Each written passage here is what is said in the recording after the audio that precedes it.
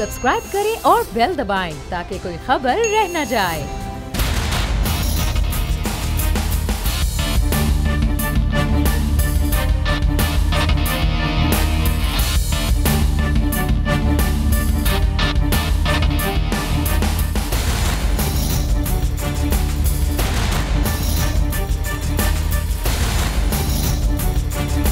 अस्सलामुअलैकुम नाज़रीन, प्रोग्राम में आपको खुशामदीद कहेंगे। मैं हूं आपके साथ सहरिश ज़ुहेब।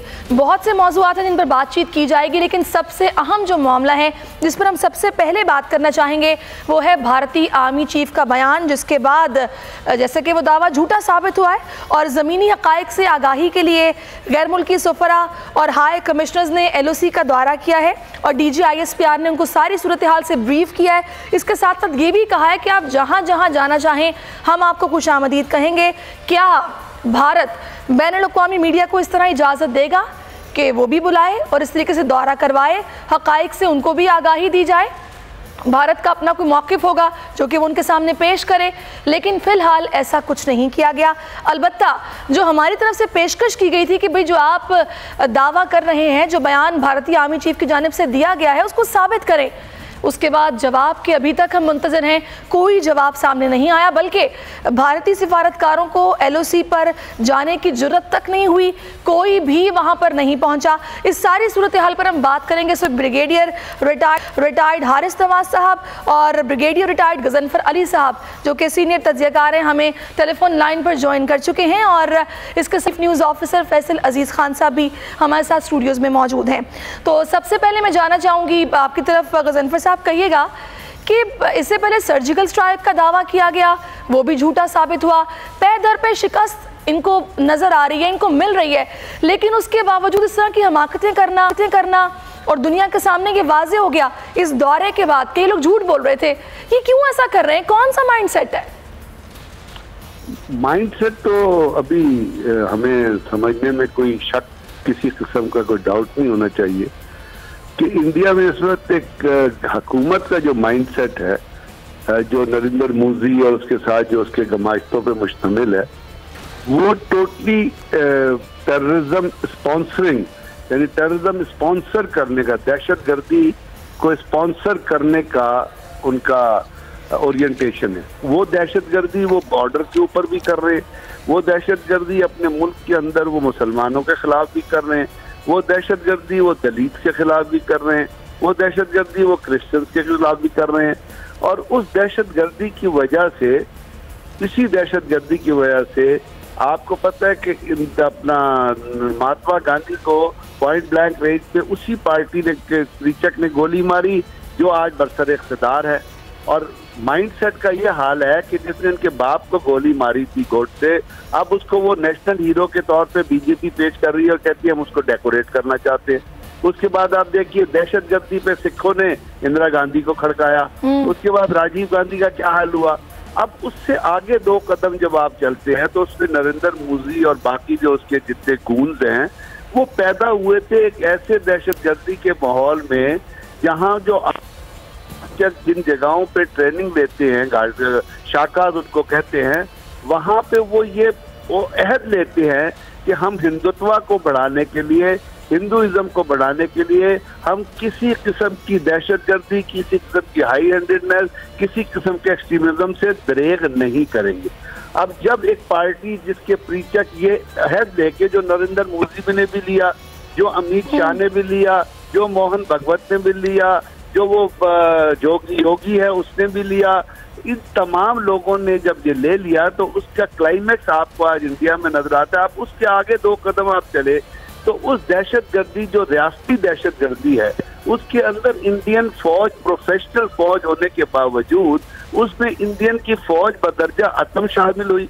यानी जब कश्मीर के अंदर जो डिप्लॉयमेंट आप इस तरह कर दें कि वहाँ 8 कश्मीरियों पे एक सिपाही खड़ा हुआ हो, तो ये किस चीज को आप काउंट करेंगे? उसके साथ आपने 11 ऐसे लॉज लगाए हुए हैं, एक राइट ऑफ सेल्फ डिटर्मिनेशन की तहरीक को कंट्रोल करने के लिए जो तमाम इंसानियत की तस्दील करते हैं।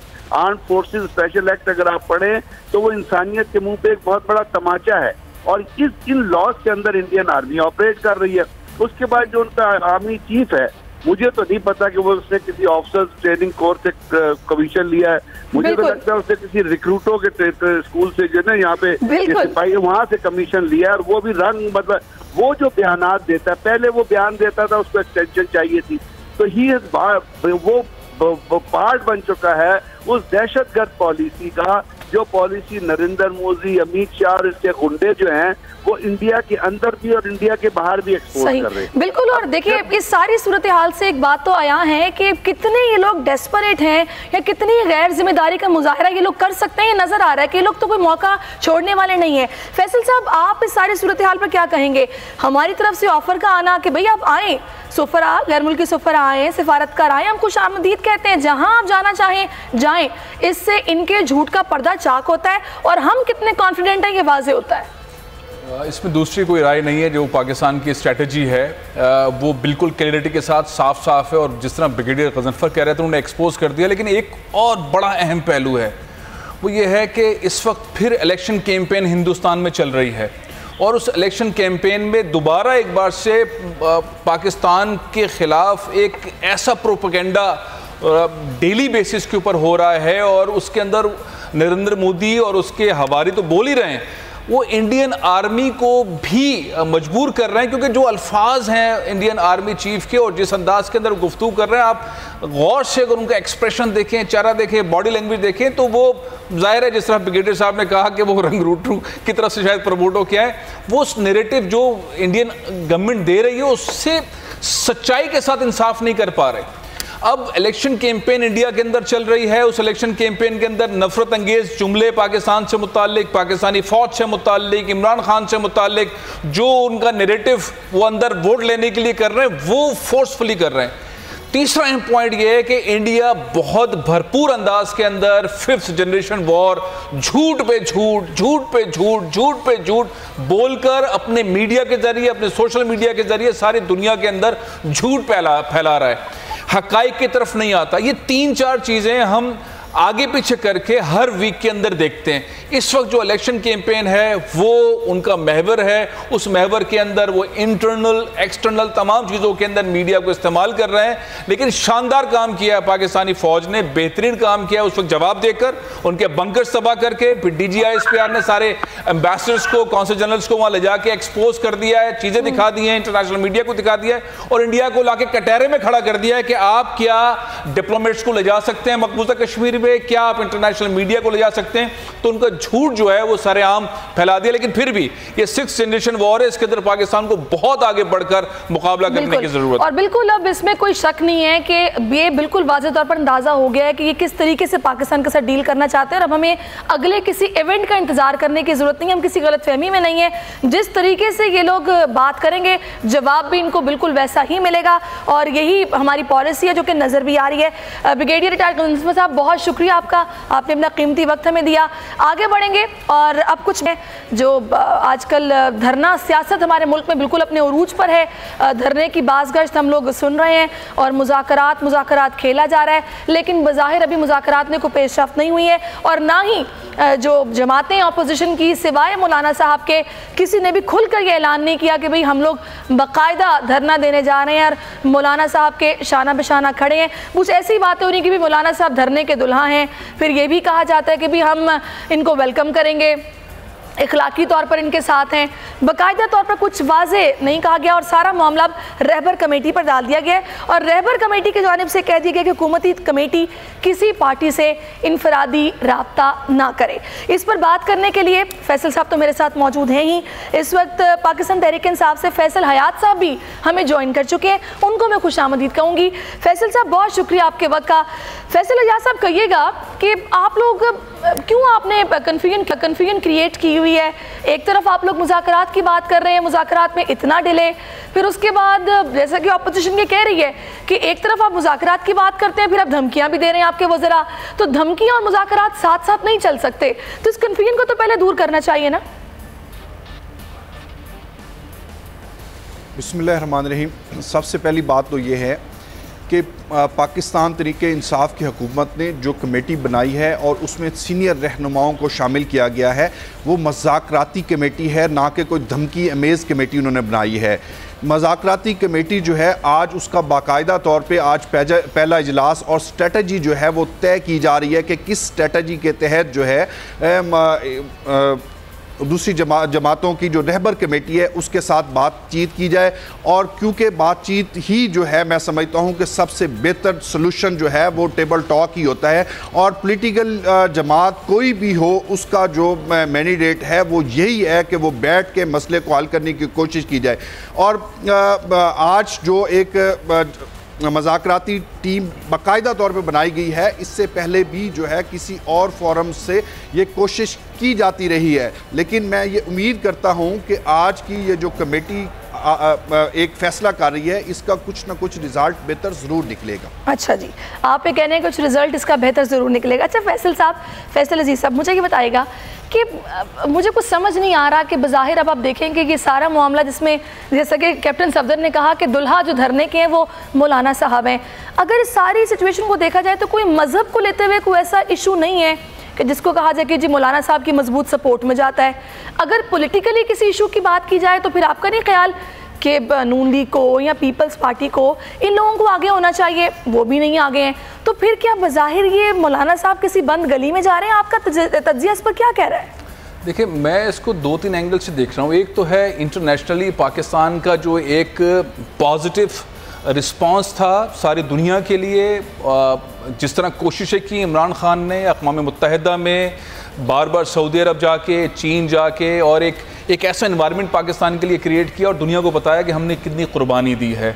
फिर साथ ही रसूलुल्लाह सल्लल्लाहु अलैहि वसल्लम से मुताल्लिक भी और इस्लाम से मुताल्लिक भी जो अक़वाम मुत्तहिदा के अंदर उन्होंने तकरीर की और उसके बाद फॉलोअप्स किए, उससे क्लियरिटी सारी दुनिया के अंदर गई। पाकिस्तान की कुर्बानियों को माना किया, पाकिस्तान की अमन की कोशिशों को माना गया। सारी दुनिया में पाकिस्तान ने इंडियन नैरेटिव को उठा के बाहर फेंक दिया और सारी दुनिया ने फोकस किया इमरान खान को, वज़ीर आज़म पाकिस्तान को। और उसके बाद फिर हमने पाकिस्तान के अंदर बहुत सारे वाक़यात ऐसे देखे जिससे इंटरनेशनल मीडिया ने पाकिस्तान को बड़ा सॉफ्ट पॉजिटिव लिया। साथ ही हुआ क्या कि फिर हमने डंडा बरदारों को देखा और हमने मार्च लेते हुए देखा, सलूट सलामी लेते हुए देखा, सारी दुनिया ने वो भी दिखाया। तो जो सारी कोशिशें थी वो ज़ाया हो गई और एक ऐसा इन्वायरमेंट बना कि पाकिस्तान में तो प्राइवेट मलेशिया भी हैं और पाकिस्तान के अंदर तो डंडा बरदार भी हैं और ये पाकिस्तान की हुकूमत को गिराना चाहते हैं।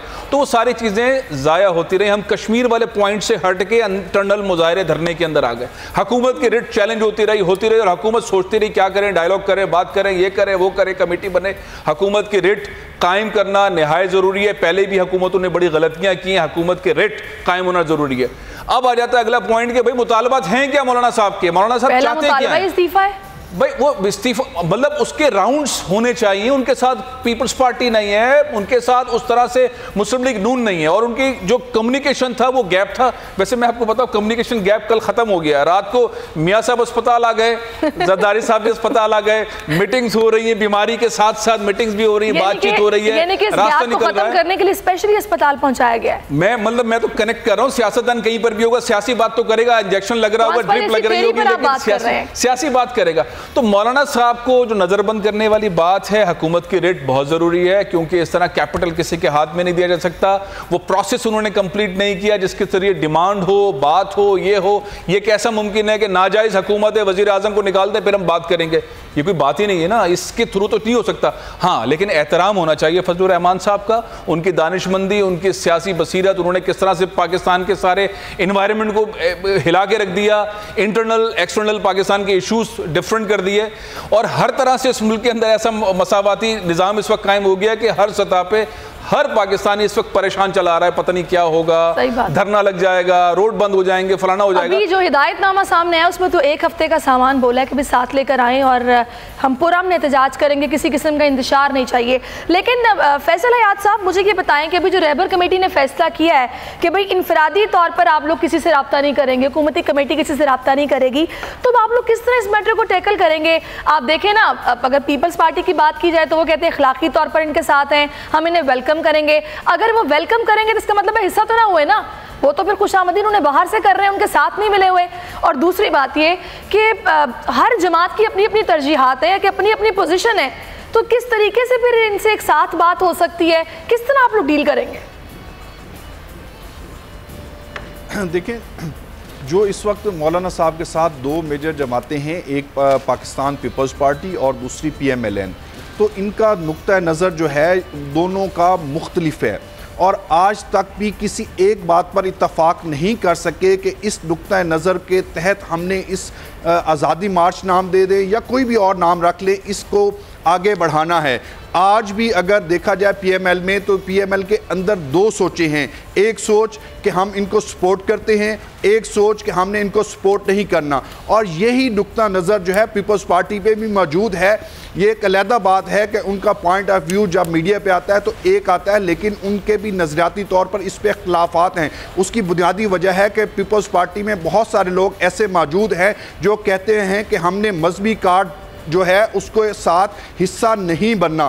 तो मैं नहीं समझता कि अगर देखा जाए तो सिर्फ मौलाना फजल रहमान साहब जो है वो आज भी अकेले ही खड़े हैं आज़ादी मार्च के हवाले से। और जो दूसरी बात फैसल अजीज़ साहब ने बड़ी खूबसूरत बात की कि मौलाना साहब पाकिस्तान के इस वक्त जो हालात हैं, पाकिस्तान कश्मीरी भाइयों के लिए जो सफारती लेवल पे जंग लड़ रहा है, इन हालात में पाकिस्तान के हालात इजाज़त नहीं देते कि पाकिस्तान के अंदर कोई मार्च या धरना दिया जाए।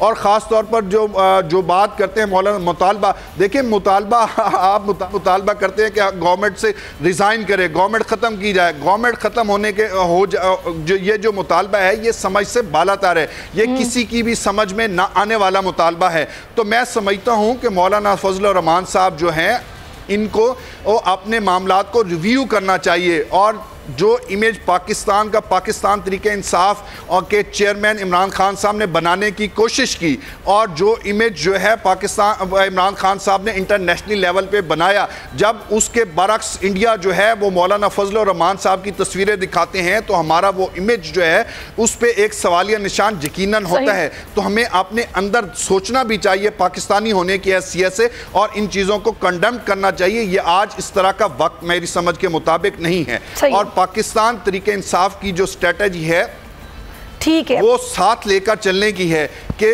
हमने साथ लेकर चलने की आप बात कर रहे हैं इसमें जो है। अच्छा फैसल साहब, मुझे ये बताएगा फैसल अजीज साहब कि अभी ये जो सारी सूरत हाल है इसमें रहबर कमेटी पे सारा मामला छोड़ दिया गया है। अब देखिए, अगर तो मुज़ाकरात करने हैं तो फिर जाहिर सी बात है कि इस्तीफ़े वाली बात तो बिल्कुल नहीं मानी जाएगी। अगर रहबर कमेटी ये फैसला कर लेती है कि भी ठीक है इस्तीफ़ा अभी ना दें, मुज़ाकरात से बात शुरू करते हैं, कोई ना कोई दूसरा इसका हल निकाला जाता है। अगर लेकिन मौलाना साहब तो कह रहे हैं कि बात ही इस्तीफ़ा देंगे तो हम मुज़ाकरात ही तब करेंगे, तो फिर क्या अपोजिशन बैकफुट पर नहीं चली जाएगी? अगर रहबर कमेटी कहती थी कि जी इस्तीफ़ा अभी रहने दें, मुज़ाकरात करें। देखिए, ओपनली जो अखबारात में छप रहा है, टीवी पे बोल रहे हैं अपोजिशन के लोग, मौलाना साहब बोल रहे हैं, मुस्लिम लीग नून के लोग बोल रहे हैं, पीपल्स पार्टी के लोग बोल रहे हैं, मुतालबात की चेकलिस्ट बनाएं। मुतालबात हैं क्या? पहला मुतालबा जो तस्लीम नहीं किया जा सकता और लोग उस पर हंस रहे हैं कि आप वजीर आजम के इस्तीफे की बात कर रहे हैं। एक साल इसके साथ ही प्रोग्राम से आपसे इजाज़त चाहेंगे। अपना बहुत ख्याल रखिएगा। अल्लाह हाफ़िज़।